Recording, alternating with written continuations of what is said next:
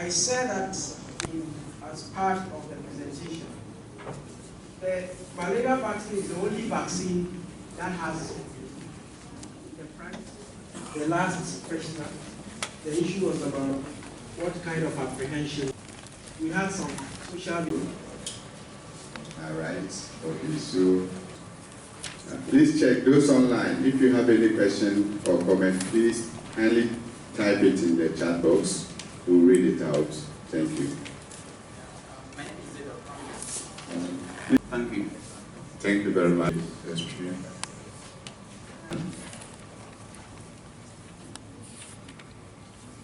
Any question, comments? Alongside Malawi and Kenya, introduced the first malaria vaccine into the routine program in 2019 as a pilot. We in Ghana launched ours on the 30th of April 2019. And the following day, that was 1st May, we rolled it out in selected districts within the 7 implementing regions that have already been mentioned.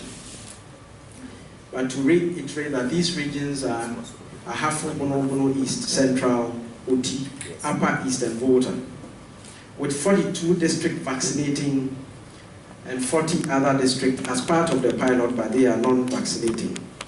We have an annual target population of children under 1, approximately 175,000 within these implementing districts. Yes, before the introduction, we did a lot of engagement. We have integrated the vaccine into the routine schedule. And as you can see, these are all the vaccines we give within the expanded program on immunization. With the highlight, the red lasso drawn around the focus, the vaccines for which we are focusing today, RTSS, or the malaria vaccine, which is given in 4 doses at 6 months, 7 months, 9 months, and initially 24 months, but we are now shifting it forward to 18 months. Next slide, please. Yes, so the overview of the performance, how far have we come since we started in May 2019? We've given approximately 1.4 million doses as of September 2022, with a breakdown of first dose, second dose, and third dose, as well as the fourth dose as shown. So we are doing approximately 74% for the first dose, 71% for the second dose, and 69% for the third dose. And for those that are due to for the fourth dose, we are doing approximately 44%. This is the data for 2021. In 2022, we seem to have improved. So if you look at the annualized coverage, meaning that if we are able to sustain this to the end of the year, then we are doing approximately 88% for first dose and 86% for third dose. And with the fourth dose, which is giving just around the second year of life, we are doing approximately 56% for 2022. On the left side, you see the map of Ghana with the districts in the pilot regions. So the ones in green are those that are the piloting districts, or the vaccinating districts within the pilot regions. And then the pink ones are those that are non-vaccinating still in the pilot regions. This in total form approximately exactly 81 districts. So we have 42 implementing, and then 39, but because of the creation of the new District 1, we'd say that we are doing 82 districts as of now. We have had some challenges. Next slide, please. Initially, we had a wave of anti-vaccination campaigns when we started that affected the uptake in some districts. And with sustained social mobilization drive, we seem to have overcome. However, because of the hiccups, coverage is not as we would expect as compared to the other vaccines. We've also had some issues around health worker education that has led to missed opportunities, which we're trying to still overcome. Then we've also had issues with staff attrition.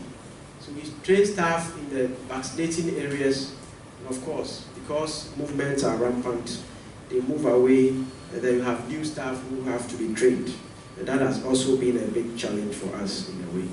Then, of course, the high dropout rate between the third dose and the fourth dose. Apparently, the malaria vaccine is the only vaccine for which we give, within the primary series, as we call it, a 4th dose beyond the second year of life. That is when the child has entered the 3rd year of life. But with sustained efforts, we are overcoming this challenge as well. So next slide, these are some of the interventions we've used to overcome our challenges. We've done quite some regular performance review meetings with our peripheral staff. We're trying to expand the scope of monitoring using electronic tools. We've done a lot of health worker engagement and guides, providing them with guides, including videos and quizzes and key messages. We've done refresher trainings, and of course, targeted support to overcome defaulters. In other words, people who touch the system and don't come back. We've tried to also organize home visits, mop-up activities, and above all, community education with support of all stakeholders, including you here, the media. Next slide. Yes, we've had some benefits, overall benefits as part of the health systems as well. So during the pre-introduction era, around 2019, we used the opportunity to provide refresher trainings, not just for malaria vaccine, but also other vaccines as well. Then the logistics that were provided for malaria vaccines obviously would also go for other vaccines, including the motorbikes, the computers, the incinerators that are used to incinerate waste generated from vaccination. Of course, we've also tried to provide some targeted support to hard-to-reach populations. And above all, during the era of the training for the malaria vaccine, together with the Food and Drugs Authority, we did cascaded training to our sub-districts for the first time ever. Because vaccine safety is also a paramount thing for the program and for the service as well. Next slide. We've also enjoyed some success stories, observations, including the fact that we've enjoyed high levels of political commitment and support across board. We've also done quite some good uptake despite our initial challenges. We've enjoyed a lot of collaboration from partners, right from the community levels to our development partners. We also have a functioning vaccine safety committee, as I've mentioned, which is championed by the Food and Drugs Authority, with whom we are working closely. We've also enjoyed sustained performance, as can even be exemplified by the coverage as of 2022, in spite of the COVID pandemic. And of course, almost 80% of all implementing districts are achieving at least 60% coverage. And for a new vaccine, that is quite commendable. We've also enjoyed low dropout rate between 1 and 3, which are the primary series, which is also very good for us. Next slide. Yes, so a brief on the malaria situation as of now. The progress in reducing malaria globally has stalled, and new tools are needed to get back on track, as has already been drummed home by the Director General. And in Africa, it appears that we bear the heaviest malaria burden from all the data that are available, and that our children by 2022, the actual date will be communicated.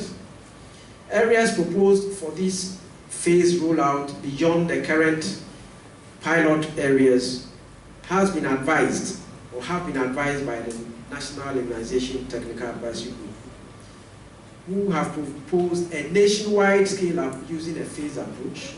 So the phase 1 is the existing 42 districts which are vaccinating, so that is ongoing. And the phase 2, as the Director General, Ghana Health Service mentioned, we are doing additional 51 districts. These are the non-vaccinating districts in all the implementing regions. And then the phase 3 will take care of the remaining 168 districts, again in phased manner, starting with the areas that are greatest, that will need the vaccine the greatest, based on the malaria burden and the epidemiology outside of the pilot areas. And that is proposed to start somewhere early part of January 2024. So how have we prepared? We've done our application to the Alliance for Vaccines, that's the Gavi. We've also done our training modules for training the other healthcare workers who are not in the phase that the district that are going to be part of the next phase. We've developed our communication materials that are being printed now. We're also printing our recording tools. We've done our spokespersons training that was completed a couple of days ago, I think somewhere last week. We've also done our national TOT, that trainer of trainers, just last week. And this is going to be followed by regional and district cascaded trainings.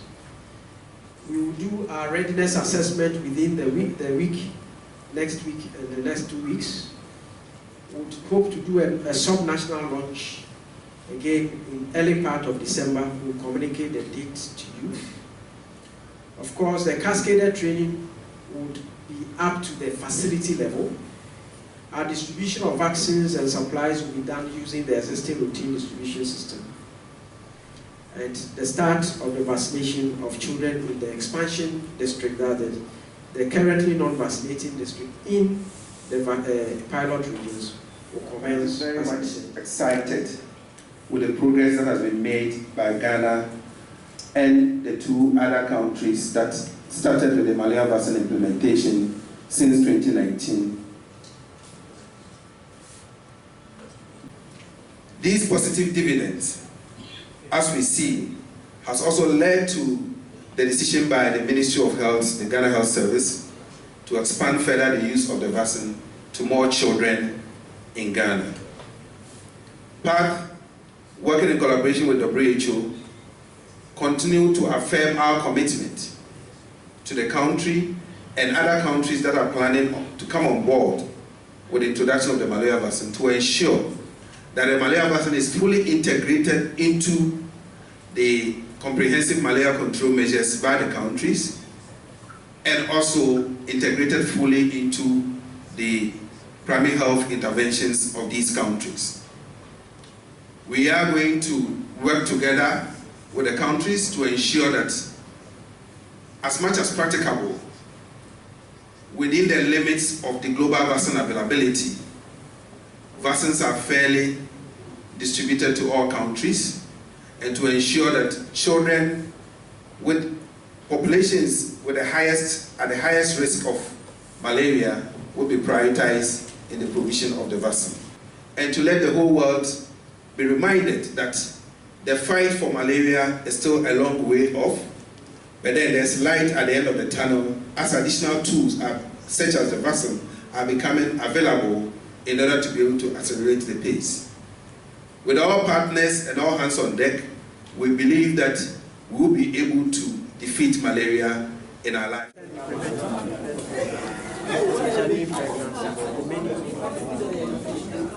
In spite of these interventions, malaria still remains the single most important cause of COVID and mortality, childhood ill health, and childbirth in sub-Saharan Africa. And so any arsenal that will add to the current interventions because malaria affects almost every child in sub-Saharan Africa, and not just children, even adults. So this vaccine has come to add on to the interventions. We are very much appreciative.